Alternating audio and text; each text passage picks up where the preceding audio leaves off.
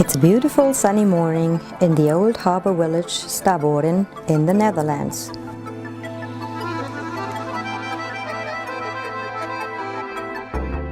We are looking out from our balcony and discover the first showcases floating on the IJsselmeer. Gosh, isn't that a fantastic view?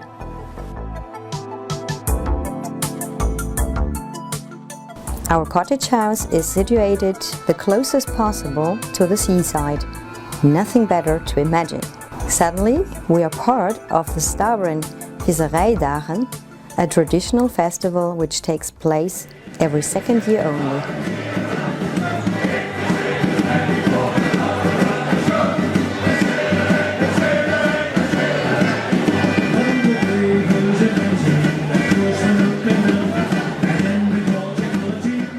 People are walking around dressed in clothes from the Middle Ages, setting off cannonballs the old-fashioned way as a signal for the start of the event. Helicopter trips, activities with the local fire brigade, merry-go-rounds and other attractions for young and old are offered.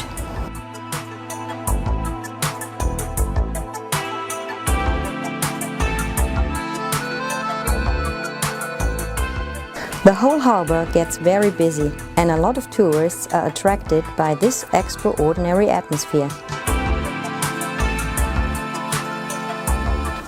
At 10 o'clock, especially the kids are very excited.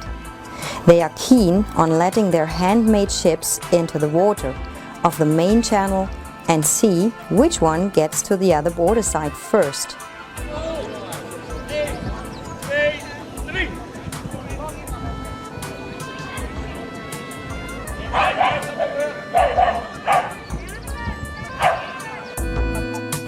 And yes, you are seeing it right.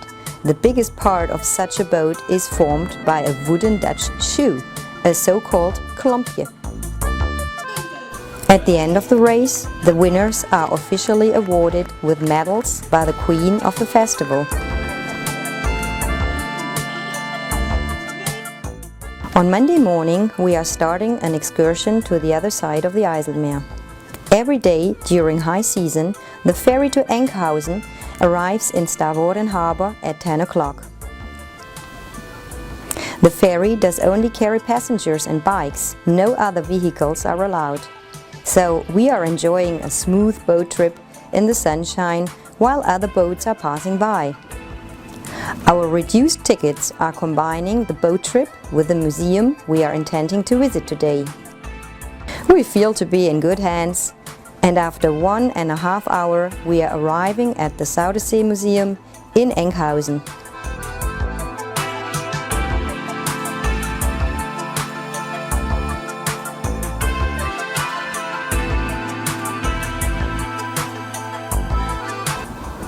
This museum is devoted to preserving Enkhuizen's cultural heritage as well as the maritime history of the Zuiderzee, and since 1932 the IJsselmeer. Open year-round, it consists of an inside and an outside museum, though the outside museum is only open in the summer. This part of the museum was completed in 1983 and it recreates a village of small houses from all over the IJsselmeer region and represents the way people lived in the IJsselmeer in the 19th century and at the start of the 20th century.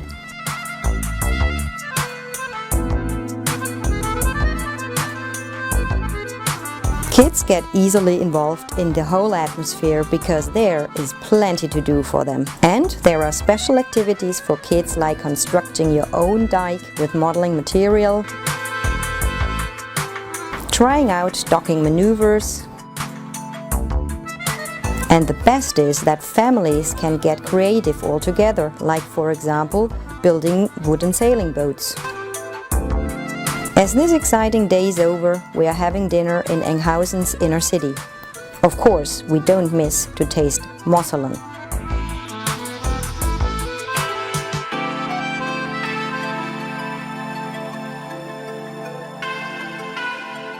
In the old center of Hinterlopen, you can get a feeling for its unique character by walking through the narrow streets and looking for the lovely views, the typical wooden bridges and characteristic facades.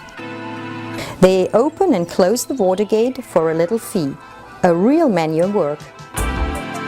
The fee has to be put into a country-specific klompje that gets down to any captain with the help of a fishing rod. Our next excursion is a trip around the complete IJsselmeer by car. From Staveren to the last city on the eastern side called Lelystad, we are driving around an hour. Instead of going straight to Amsterdam, we are taking the shortcut by the dike that separates the Markermeer near Amsterdam from the IJsselmeer.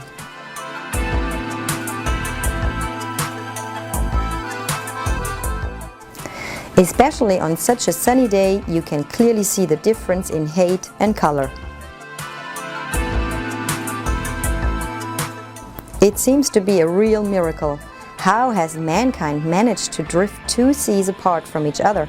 The so-called Afsluitdijk, separating the IJsselmeer from the Waddenzee, which is not less than a part of the North Sea, was constructed in 1933. With 90 meters width and 32 kilometers length, it's connecting two Dutch regions to each other. Only 7 meters of height above sea level are different salt water from fresh water. Dat was echt leuk vakantie. IJsselmeer, ik ben weer blij.